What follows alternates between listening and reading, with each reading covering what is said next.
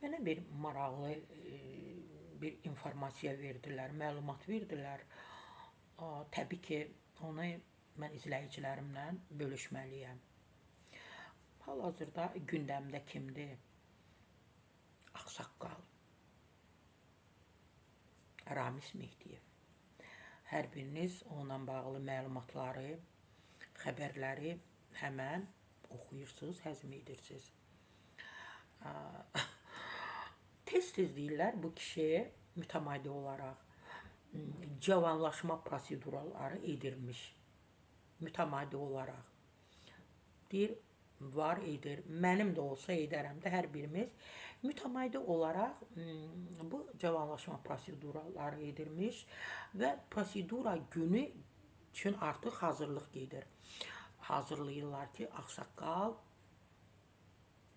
həkimlər gələcək, nə bilim, kosmetologlar gələcək, estetik həkimlər gələcək, digər həkimlər mütləq gələcəklər və mütləq bu prosedura vaxtı gənc bir qız olmalı idi orada, o prosesin içində, arasında və o gənc qızı xüsusi adamlar var idi, arayırdılar, axtarırdılar və gətirirdilər. Məhz həmin o cavanlaşma prosesi ki var, o xanım orada iştirak edirdi. Yarı çılpaq vəziyyətdə, bəzən də çılpaq vəziyyətdə. Amma deyirlər mənə verdikləri məlumata görə, ağsaqqal heç vaxt o qıza baxmır, heç əlini belə ona yaxınlaşdırmayıb.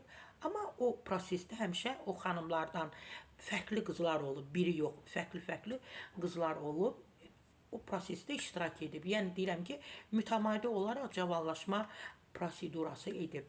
Və qızı yola salanda hər dəfə ağsaqqal xanıma təşəkkür edib ki, gəldiniz, əziyyət çəkdiniz falan və belə əlinlə də göstəriş verilmiş ki, xanıma 5000 manat civarında pul ödəyin və xanımı maşına əyləşdirib yola salanda köməkçilər təbii ki 5000 ona verməyiblər. 2000-2500 manat o xanıma qonorar ödəyiblər.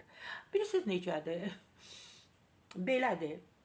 Dövləti aldadan, dövlətə xəyanət edən, dövlətin, xalqın çörəyini, ruzisini özünki bilən adama qarşı təbii ki, yaxınları da belə xəyanət edir.